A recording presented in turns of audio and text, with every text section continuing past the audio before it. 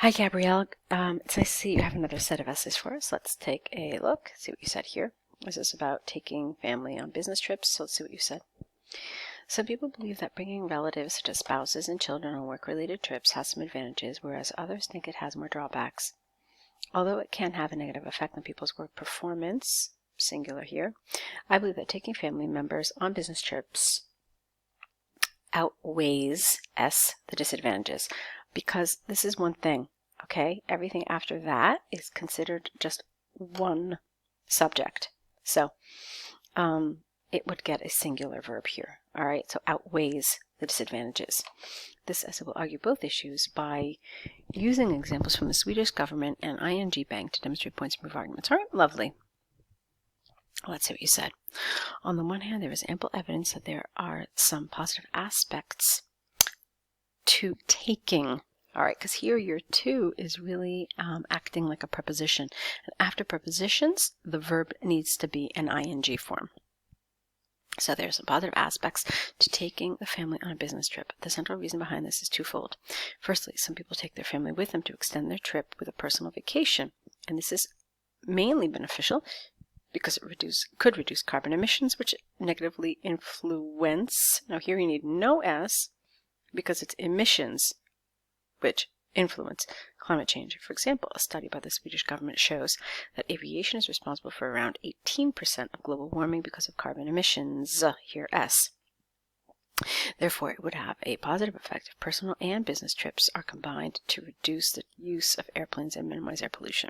Secondly, bringing children abroad might have an educational aspect because they could learn more about different cultures and religions and learn how to show respect to this, which might be relevant for their future jobs. Okay, fine. On the other hand, some people believe that taking relatives on a business trip can run the risk that their presence negatively interferes with the person's performance because they are more distracted by relatives. Recent ING Bank study indicates that people who take their partner on work-related trips with them perform 27% less compared to people who are going alone or who go alone. Therefore, it would be less attractive for companies to support employees to take their families with them. Okay, as you can see, I haven't really corrected very much. I thought you've done very nicely. Grammar is lovely, natural, very good vocabulary, no problems other than those little things with like S's, okay? My one concern here is look at your paragraphs. You've got this rather large paragraph for your first argument, and then your second paragraph is really rather small in comparison. It's almost like half the size. So while I don't want you to get obsessive about this, you really do kind of want to try to balance this a little bit more, okay? You had two ideas here, and then here you really only had one idea. So can you think of maybe another idea to maybe balance this out a little better? What other negative could you think of for having family with you?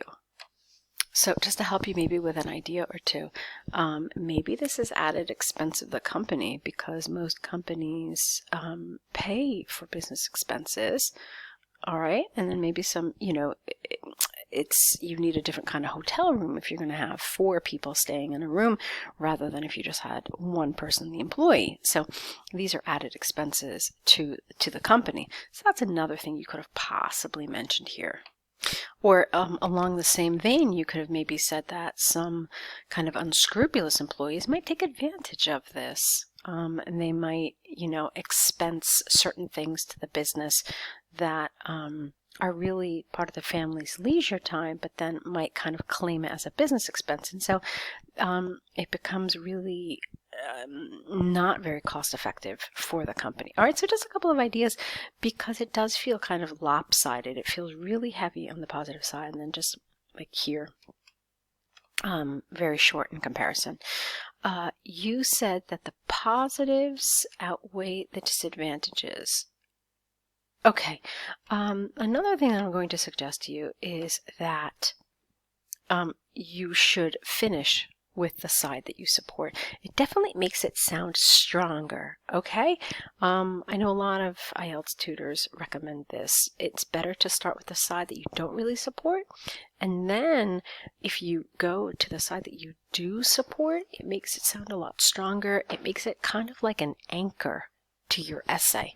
So you're finishing kind of strong, and it stays in the mind of the reader that, okay, yeah, these are the arguments that are stronger. These are the ones that are more convincing. And so I would also advise you to reverse the order of these paragraphs here, all right? But let's take a look at your conclusion.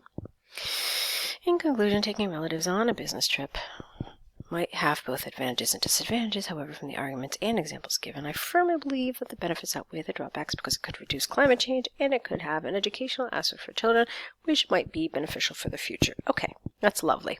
No problems there. All right, so that's pretty much the feedback on this. I think your writing is very good.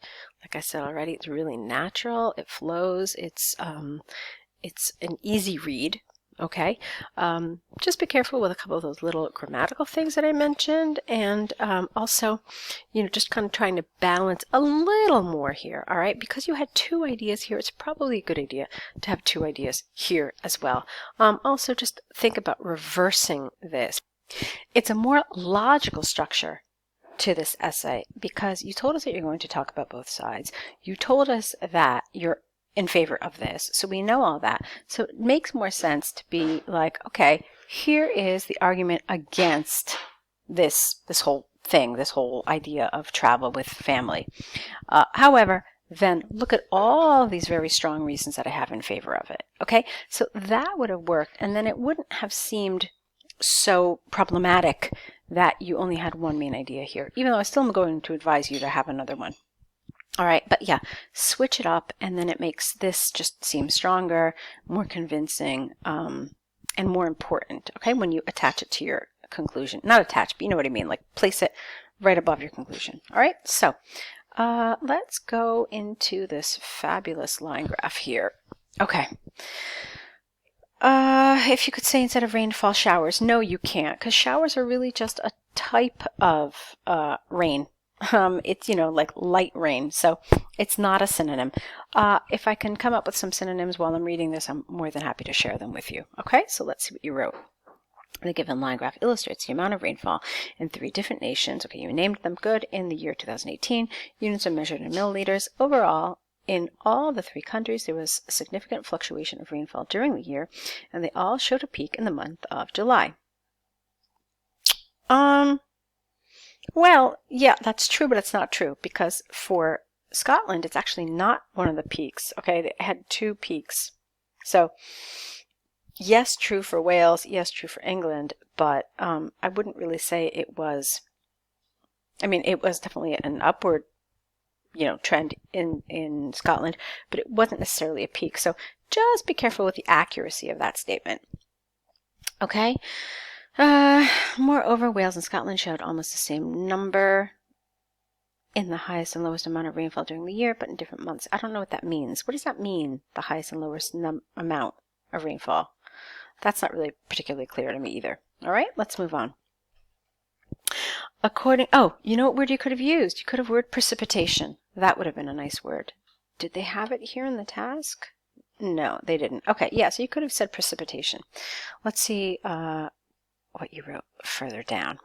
According to the line graph, the most significant amount of rainfall, precipitation, in Scotland was in the months, you don't need an apostrophe there, March and October, with around 135 ml. Okay, Scotland. You started with Scotland.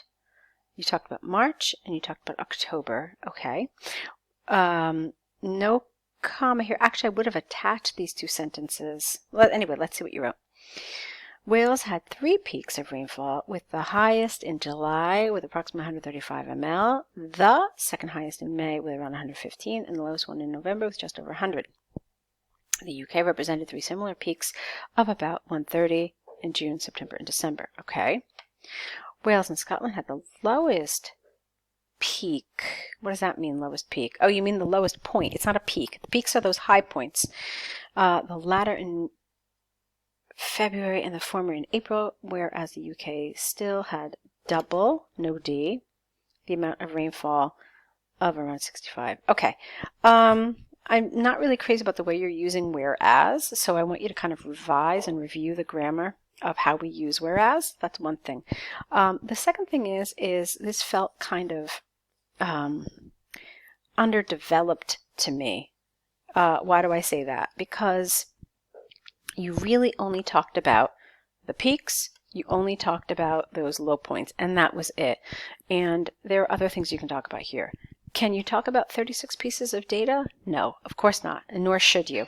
But I also kind of felt like there really wasn't a lot of analysis. All you essentially did was just that. I mean, you said that there were 3 peaks here, there were, low points here, and that was it.